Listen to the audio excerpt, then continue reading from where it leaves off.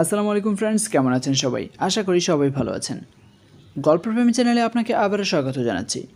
ভালোবাসার সব নতুন নতুন গল্প সবার আগে পেতে গল্পপ্রেমী চ্যানেলটিকে এখনই সাবস্ক্রাইব করে নিন।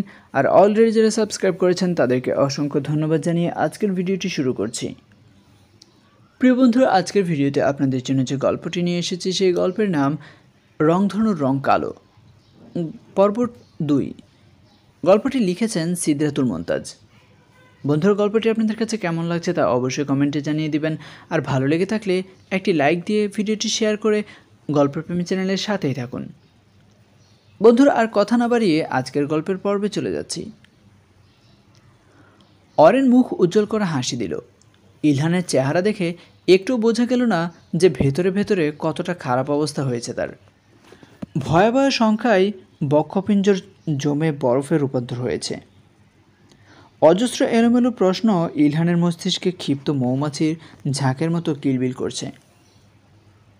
কিন্তু ইলহান কোনো প্রশ্ন করল না অরিনকে। খুব সহজেই নিজেকে সামলে সহজ স্বাভাবিক হাসি দিল ইলহান। সেই হাসিতে কৃত্রিম আনন্দ মিশ্রিত। ইলহান তেড়ে এসে শক্তভাবে অরিনকে জড়িয়ে ধরল। এর আগে অরিন মেঝে থেকে ইলহানের মোবাইলটা কুড়িয়ে নিয়েছিল। মোবাইলের ডিসপ্লে হালকা ফেটে গেছে। অরিন কথা বলার আগেই ইলহানের হঠাৎ আক্রমণে থতমত খেল। ইলহান এইভাবে এসে জড়িয়ে ধরবে অরিন কল্পনাও করেনি। ভেবেছিল ইলহান ভীষণ অবাক হবে, এটা সেটা প্রশ্ন করবে, কিন্তু এখন ওকে অবাক কম, খুশি বেশি মনে হচ্ছে। অরিনও ইলহানের পিঠ জড়িয়ে ধরে হেসে উঠল। কতদিন প্রিয়তমার উষ্ণ পরশে শরীর মন আবার নতুন করে আবেশিত হচ্ছে। প্রাণটা প্রশান্তিময় শীতল স্পর্শে জড়িয়ে যাচ্ছে। ইলহানের হৃদস্পন্দনের শব্দে আর পরিচিত স্বাভাবিক সুবাসে অরিন দিশাহারা হয়ে পড়েছে। তার বুঝতে একটু অসুবিধা হলো না যে এতদিন ইলহানকে ছেড়ে সে কতটা তৃষ্ণার্ত ছিল। ইলহানও নিশ্চয়ই অরিনের অনুপস্থিতিতে একইভাবে অনুভব করেছে। তাই তো এইভাবে চেপে ধরে আছে নিজের সাথে, যেন কোথাও হারিয়ে যেতে দিবে না অরিনকে। কিন্তু ইলহান অরিনকে জড়িয়ে ধরে পাগলের মতো চিন্তা করছে বিভিন্ন বিষয়। ছাদে সোফিয়া আছে, হঠাৎ নেমে আসলে কি হবে? ইলহানের সেলফোনটাও এখন অরিনের হাতে।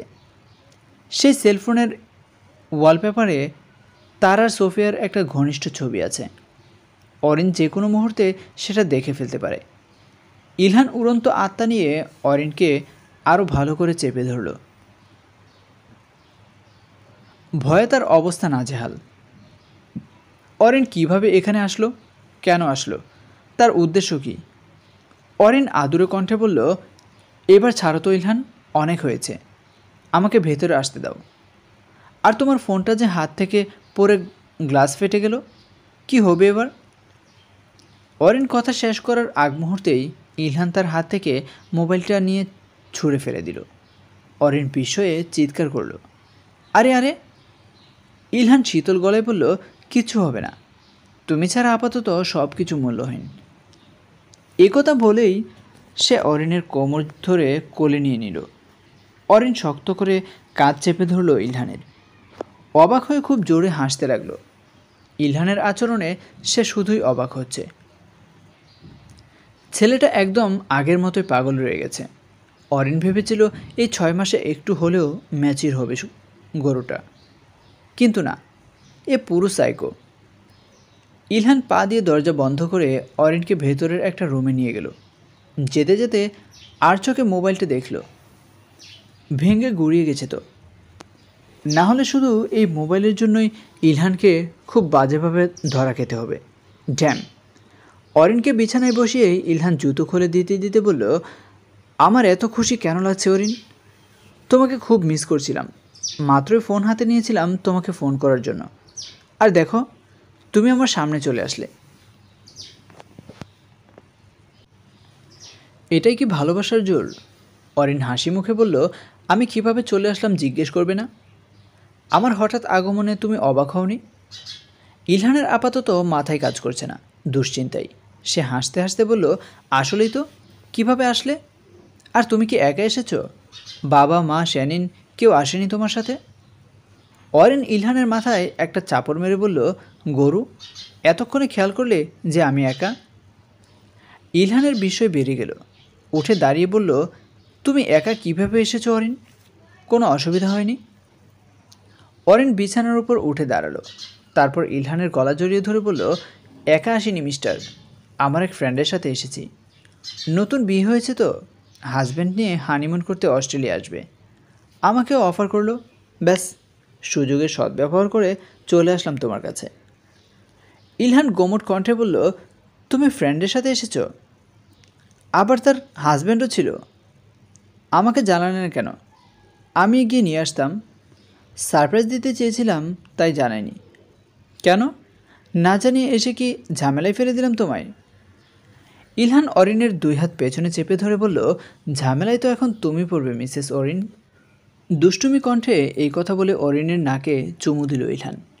অরিন নাক মুছে বলল, এই খবরদার, তোমার নামের সাথে আমার নামের পদবি যোগ করবে না।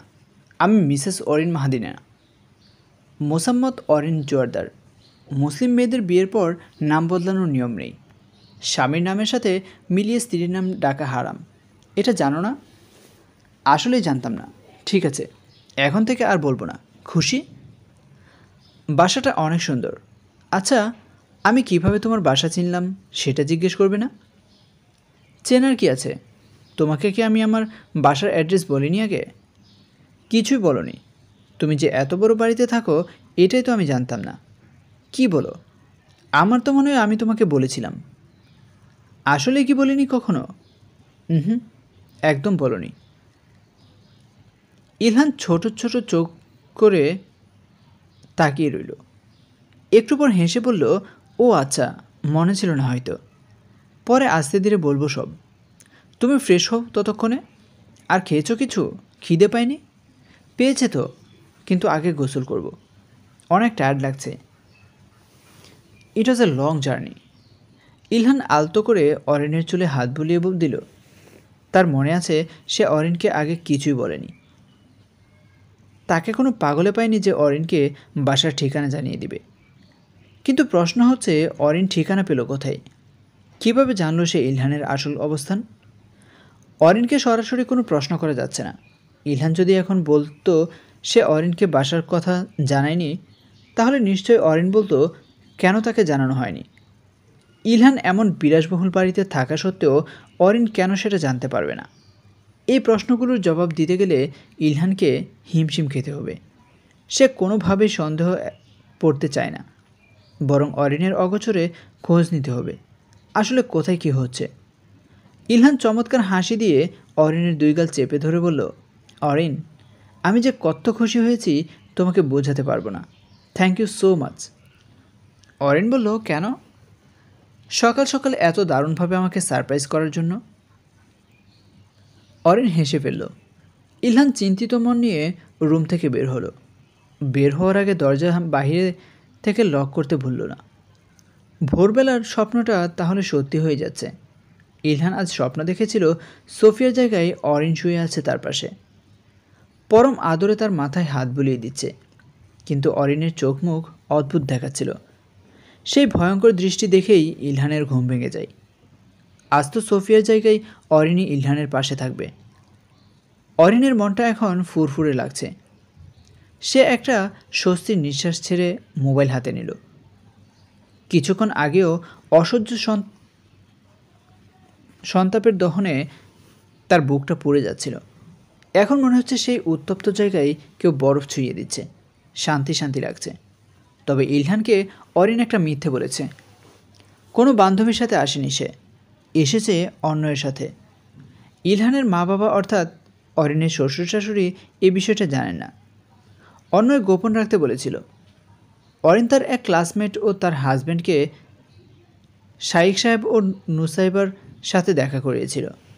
তাদের সাথে অস্ট্রেলিয়া যাবে এই বলে শ্বশুর শাশুড়িকে ম্যানেজ করেছিল। তারা অরিনকে অস্ট্রেলিয়া যাওয়ার অনুমতি দিয়েছেন। ভাগ্য বলো যে কেউই অরিনের সাথে আসতে চায়নি। অরিন বলেছিল ইলহানকে সারপ্রাইজ দিতে যাচ্ছে, তাই বাসা থেকে এখনও কেউ ইলহানকে এই বিষয়ে জানায়নি। অরিন মোটেও ইলহানকে সন্দেহ করে অন্যয়ের সাথে এত দূর আসেনি। সে শুধু অন্যয়কে বোঝাতে চায় যে তার স্বামী কোনো প্রতারক নয়। ইলহান তার স্ত্রীকে প্রচণ্ড ভালোবাসে। কালো রং নিয়েও ইলহানের কাছে সেই সবচেয়ে স্পেশাল, সবচেয়ে যত্নের। তাছাড়া নিজের মনের শান্তির জন্য হলেও অরিনকে এখানে আসতেই হতো। অন্যকে ফোন করলো অরিন। অন্যয় বলেছিল মিনিটে মিনিটে আপডেট জানতে হবে, নয়তো সে টেনশনে থাকবে। অরিন এখন অন্যকে বুঝিয়ে বলবে যে টেনশনের কোনো প্রয়োজন নেই, কারণ ইলহানের কাছে সে সবসময় সুরক্ষিত। ইলহান মেঝে থেকে ভাঙা সেলফোনটা কুড়িয়ে নিল, তারপর সাবধানে সিঁড়ি ভেঙে ছাদের দিকে অগ্রসর হলো। সোফিয়া তখনই নিচে নেমে আসছিল। ইলহান 2 হাতে থামালো তাকে। কি হলো? নিচে যাওয়া যাবে না? উপরে চলো। কেন? ইলহান তর্ক না করে এক হাতে কাঁধে নিল সোফিয়াকে। সোফিয়া আশ্চর্য হয়ে গেল। এক নাগারে বলতে লাগলো, এসব কী করছো ইলহান? আবার তোমার পাগলামি শুরু হয়েছে? ইলহান সোফিয়াকে ছাদে এনে রাখল। পকেট থেকে রুমাল বের করে নিজের কপালের ঘাম মুছতে শুরু করলো। তার চেহারার আতঙ্কই বলে দিচ্ছে কতটা বিপজ্জনক অবস্থায় আছে সে।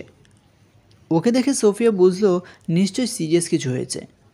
ইলহানের গালে হাত রেখে সোফিয়া প্রশ্ন করল, baby, what's wrong with you?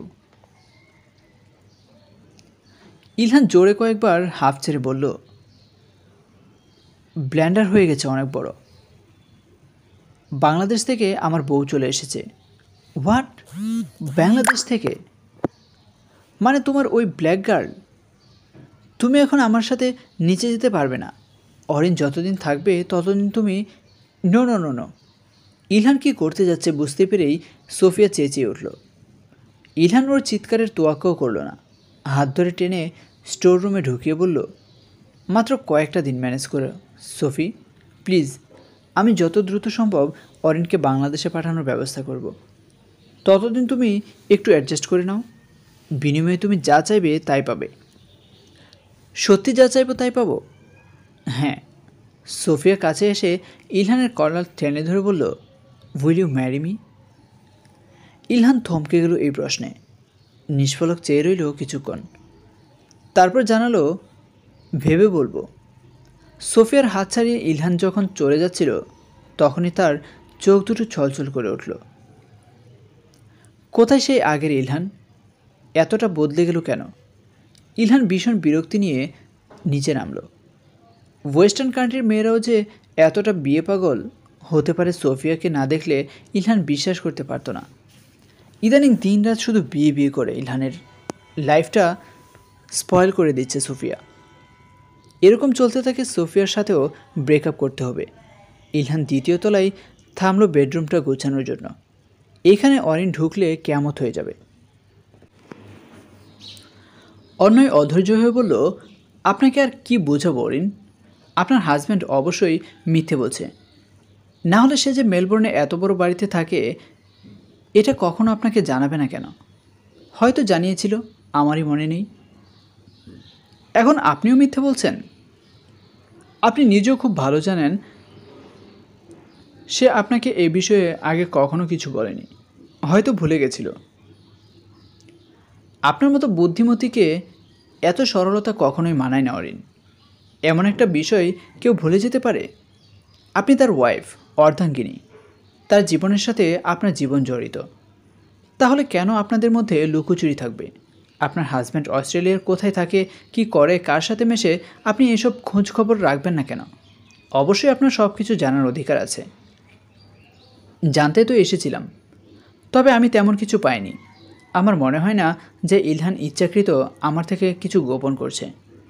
আর খুনের বিষয়টা আপনি আরও ভালো করে তদন্ত করুন অন্যয় শিকদার। আপনার ইনভেস্টিগেশনে ঘাটতি আছে। আসল অপরাধীকে খুঁজে না পেয়ে আমার স্বামীর উপর দোষ চাপাতে আসবেন না। আমি তার বিষয়ে আগে যা জানতাম এখনও তাই জানি। অন্যয় কোমরে হাত রেখে নিজেকে নিয়ন্ত্রণ করল। তারপর শান্ত কণ্ঠে প্রশ্ন ছুড়ল, কি জানেন আপনি? বলুন তার এত সম্পত্তির উৎস কী? সে তার রাতারাতি কীভাবে নর্মাল স্টুডেন্ট থেকে ধনী হয়ে গেল? এই কারণটা আমি আপনাকে বলতে পারবো না। এটা আমাদের পারিবারিক ব্যক্তিগত বিষয়। ঠিক আছে, না বলেন, কিন্তু আপনি এইটা বলেন, বাড়িতে প্রবেশ করার পরেও কি আপনার কিছু অদ্ভুত মনে হয়নি? আমি এখনও সম্পূর্ণ বাড়ি ঘুরে দেখিনি। তাহলে দ্রুত ঘুরে দেখুন, একটা না একটা প্রমাণ অবশ্যই পাবেন। অপরাধী কখনো নির্ভুল হতে পারে না। আপনি বারবার আমার স্বামীকে অপরাধী বলবেন না প্লিজ। আমি এখনও তার মধ্যে অপরাধ খুঁজে পাইনি। অর্ণয় ফোন রেখে দিল। অরিন কক্ষ থেকে বের হতে নিয়ে দেখল বাহির থেকে দরজা লাগানো। অদ্ভুত। অরিন দরজায় সশব্দে টোকা দিতে শুরু করলো। টোকা শুনে ইলহান দ্রুত নিচে এসে দরজা খুলে অরিনের সামনে হাসি মুখে দাঁড়ালো। অরিন জিজ্ঞেস করলো, বাহিরে থেকে দরজা বন্ধ করলে কেন? ইলহান বলল, বন্ধ করিনি, এই দরজার লক সিস্টেমের প্রবলেম, মাঝে মাঝে অটো লক হয়ে যায়। ইলহান দেখে কেন মনে হচ্ছে যে সে মিথ্যা বলছে। তার মুখের হাসিটাও নকল লাগছে। অরিন সন্দেহী দৃষ্টিতে চেয়ে থেকে বলল, তোমার শরীর থেকে শ্যাম্পুর গন্ধ আসছে, ফিমেল ব্র্যান্ড। ইলহানের মুখ চুপসে গেল। সে কিছু বলার আগেই অরিন তাকে ধাক্কা মেরে সরিয়ে রুম থেকে বের হলো। ইলহান অপ্রস্তুতিতে পড়ে গেল। সোফিয়ার কোনো জিনিস যদি ভুলেও অরিনের চোখে পড়ে তাহলে সর্বনাশ। কি করা যায়? অরিনকে কি সে সেন্সলেস করে ফেলবে? এবারে নিচতলার পুরোটা জুড়ে শুধু ড্রয়িং আর ডাইনিং রুম, সাথে একটা কমন রুমও আছে, যেটাই এতক্ষণ ইলহান অরিনকে আটকে রেখেছিল।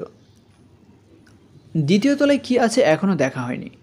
অরিন সিঁড়িতে যাওয়ার আগে খেয়াল করলো ডাইনিং টেবিলের উপর একটা অর্ধেক খাওয়া কফি মগ। সেই মগে হালকা লিপস্টিকের দাগ লেগে আছে। অরিনের ভেতরটা শিরশির করে উঠল। শারীরিক শক্তি অর্ধেক ক্ষয়ে গেল। সে কোনো মতে সিঁড়ি ভেঙে উপরে উঠল। এখন সে দ্বিতীয় তলায়। এই জায়গাটা অনেক সুন্দর, মাঝখানে ফাঁকা আর চারপাশে রুম। ফাঁকা জায়গাটি জুড়ে অনেক সুন্দর নীল নকশা। পা রেখে হাঁটতেও ভালো লাগছে। একদম বরাবর যেই রুম সেটাই সবচেয়ে বড়। বাকি রুমগুলোর দরজা বন্ধ, শুধু সেই রুমের হালকা আলো জ্বলছে। দরজা একটু ভিড়ানো। অরিন লাফানো আত্মা নিয়ে সেই রুমে প্রবেশ করলো। বিছানা এলোমেলো, পুরো বাড়ি গুছানো থাকলেও এই রুমটা অগোছালো। অরিনের অন্ধকার ভীতি আছে। এই রুমটা এত অন্ধকার কেন? সে দেয়ালের সুইচ হাতড়ে আলো জ্বালিয়ে দিল। চারদিক পর্দা দিয়ে আবৃত। অরিন পর্দা সরিয়ে দিল। তারপর সম্পূর্ণ রুমটা দেখে তার চোখ ছানাবড়া হওয়ার অবস্থা। সব কিছু ঝাপসা লাগছে। বুকের ভেতর অপ্রতিরোধ্য কম্পন শুরু হয়েছে। এই ঘরে ড্রেসিং টেবিল দুটো, একটাই শুধু মেয়েদের কসমেটিক্স। কাঁচের আলমারিতে ইলহানের পোশাকের সাথে মেয়েলি পোশাক। এক কথায় পুরো রুম ছেয়ে আছে মেয়েলি গন্ধে। সবচেয়ে বেশি যে জিনিসটা অরিনের হৃদয় জ্বালিয়ে দিল তা হচ্ছে বিছানা ঠিক বাম পাশের মেঝেতে একটা লাল রঙের অন্তর্বাস পড়ে আছে। ইস, কত জঘন্য! মনে হচ্ছে সে অপরিচিত কোনো মহিলার বেডরুমে ঢুকে পড়েছে। এটা যে তার স্বামীর রুম কোনোভাবেই তা মনে হচ্ছে না। অরিন দেয়ালে পিঠ ঠেকিয়ে থরথর করে কাঁপতে শুরু করলো। সে মনে প্রাণে চাইছে এটা যেন কোনো দুঃস্বপ্ন হয়। অরিন হঠাৎ গায়েবী আওয়াজ শুনল। অর্ণয় যেন উপহাস করছে তাকে। বিকট শব্দে হেসে বলছে, মিসেস অরিন, এখন কোথায় গেল আপনার এত অবিশ্বাস, ভালোবাসা, ভরসা? কত সহজে সব ভেঙে টুকরো হয়ে গেল, তাই না? আপনার স্বামী একজন নিকৃষ্ট, চরিত্রহীন, কলুষিত নারী খাদক। এবার বিশ্বাস হয়েছে আমার কথা? হা হা হা হা। প্রিয় বন্ধুরা, আজকের এই গল্পের পর্বটি এই পর্যন্তই। বন্ধুরা, কেমন হয়েছে তা অবশ্যই কমেন্টে জানাবেন। আর পরবর্তী পর্বটি চান কিনা তা অবশ্যই কমেন্টে জানাবেন। ভালো লেগে থাকলে একটি লাইক দিয়ে ভিডিওটি শেয়ার করে গল্পপ্রেমী চ্যানেলের সাথেই থাকুন। বন্ধুরা, আর কথা না বাড়িয়ে আজকের মতো এখানেই শেষ করছি। পরবর্তী পর্বটি দেখার অনুরোধ জানিয়ে আজকের মতো এখানেই বিদায়। সবাই ভালো থাকবেন, সুস্থ থাকবেন। আল্লাহ হাফেজ।